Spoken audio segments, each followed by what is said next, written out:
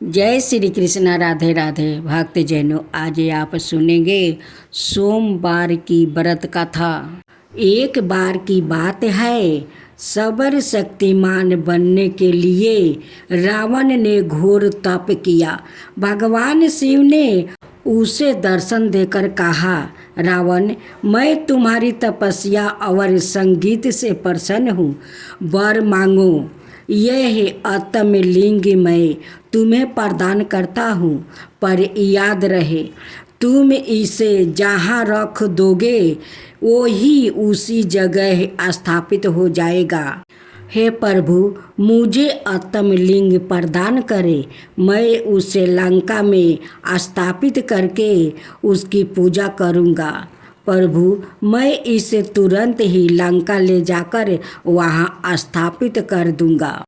देवता जानते थे, यदि आत्मलिंग लंका में स्थापित हो गया तो उसकी शक्ति से रावण अजय हो जाएगा। इसलिए समस्त देवता गणेश जी के पास गया और उनसे प्रार्थना करने लगे कि रावण आत्मलिंग लंका में ना ले जा सके। देवगण, आप चिंता ना करें, मैं रावण को आत्मलिंग लंका ले जाने नहीं दूंगा। रावण उस आत्मलिंग को लेकर लंका के लिए निकल पड़ा। रास्ते में जब संध्या बंदन का समय आया तो रावण ने आत्मलिंग को एक बालक के हाथ में थमा दिया, और बालक और कोई नहीं, सवाए गणेश जी थे। इस शिवलिंग को हाथ में पकड़े रहना, धरती पर मत रखना। संध्या वंदन करके मैं इसे ले लूँगा। मैं जल्दी ही आ जाऊँगा, पर जल्दी ही लौटिएगा। बाद में आप मुझे दोष मत दीजिएगा। रावण के जाने के कुछ ही देर बाद गणेश जी ने शिवलिंग को धरती पर रख दिया। रावण ने उसे उठाने का प्रयास किया, पर हाय बालक, यह तुमने क्या किया? मैं क्या करता, आपने इतनी देर लगा दिया। अब ऐसा करे कि इस शिवलिंग को यही स्थापित कर दिया जाए। इसे लोग महाबलेश्वर के नाम से पूजेंगे। रावण ने शिवलिंग को उठाने के प्रयास में उसे इतनी जोर से खींचा कि वो एक गाय के कान की तरह लंबा हो गया। इसलिए वो लिंग जहाँ स्थापित किया गया वो स्थान गोकर्ण कहलाता है। भगवान गणेश से जुड़ी एक और कहानी है। भगवान राम वनवास के पश्चात अयोध्या लौटे। प्रभु ने सभी लोगों को भेंट देकर विदा किया। अंत में विभीषण की बारी आई। विभीषण, तुमने मेरी बहुत मदद की है, बोलो तुम्हें क्या चाहिए? प्रभु, आप मुझे अपने कुल देवता श्री रंगनाथ स्वामी की वो मूर्ति प्रदान करे जो आपके पूर्वजों राजा इक्ष्वाकु देवलोक से लेकर आए थे। ठीक है, मैं तुम्हें वो मूर्ति और उसके साथ का गोपुरम भी देता हूँ।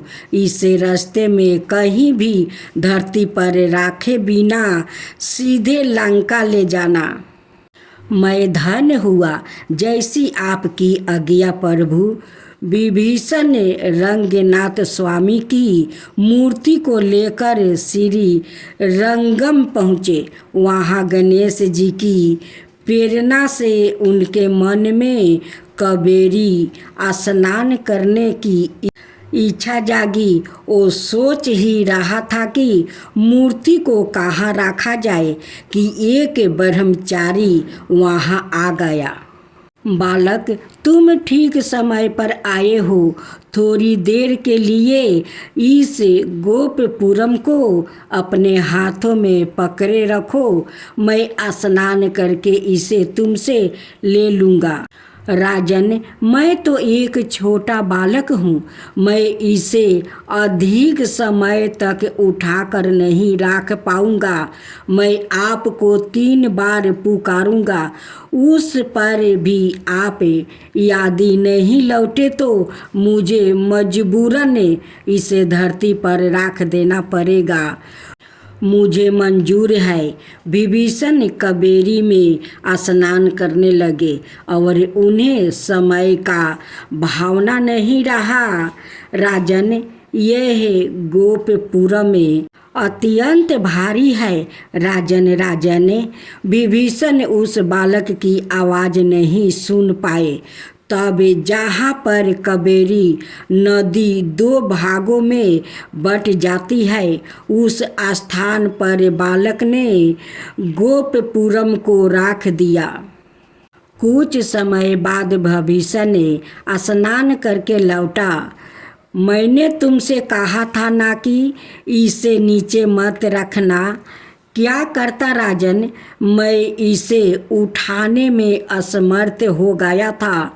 मैंने आपको 3 बार पुकारा भी था। विभीषण उस गोपुरम को हिला तक नहीं सके। क्रोध में उन्होंने उस बालक को पकड़कर उसके सर पर एक चपट लगाया। दुष्ट बालक, तू पकड़ा गया। तब गणेश जी ने अपने असल स्वरूप में प्रकट हो गए।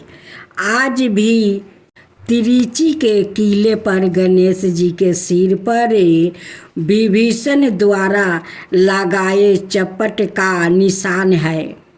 प्रभु, आप हैं। मुझसे बड़ी भारी भूल हो गई, पर अब मैं श्री रंगनाथ स्वामी के यह मूर्ति लंका में स्थापित नहीं कर सकूँगा। दुखी मत हो विभीषण, मैं इस मूर्ति को दक्षिणाभिमुख करके स्थापित कर देता हूँ, जिससे भगवान की कृपा दृष्टि सदा लंका पर रहे। प्रभु, आपकी लीला कौन समझ सकता है। आदि यही देव इच्छा है कि श्री रंगनाथ यही पर विराजे, तो मैं क्या कर सकता हूँ।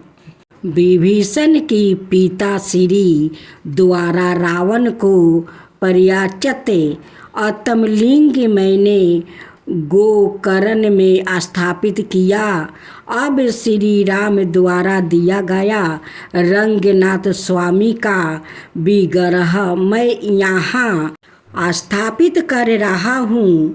तथास्तु, तुम मध्या रात्रि में यहाँ आकर नृत्य श्री रंगनाथ की पूजा कर सकते हो।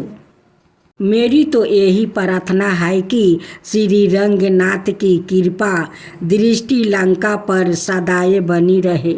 ऐसा माना जाता है कि विभीषण आज भी प्रतिदिन मध्यम रात्रि में आकर श्री रंगनाथ की पूजा करते हैं। भगवान अपनी अपार करुणा से ही सवाय को प्रकट करते हैं। वो ज्ञान के सूर्य है, उनकी एक किरण से ही समझते संसार में विवेक और ज्ञान का उदय होता है। इसी के द्वारा हम एक दूसरे को जान पाते हैं और विभिन्न प्रकार की विद्या अर्जित कर पाते हैं। हम इन्हें तब ही देख पाएंगे जब वो सवाए अपने आप को हमारे लिए प्रकट करेंगे। जय शिवा ओमकारा, प्रभु हरे शिवा ओमकारा। ब्रह्मा विष्णु सदा शिव अर्धंगिनी धारा। ओम जय शिवा ओमकारा। एकानन चतुरानन पंचानन राजे, शिव पंचानन राजे।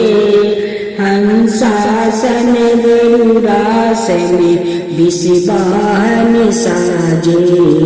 ओम जय शिवा ओमकारा।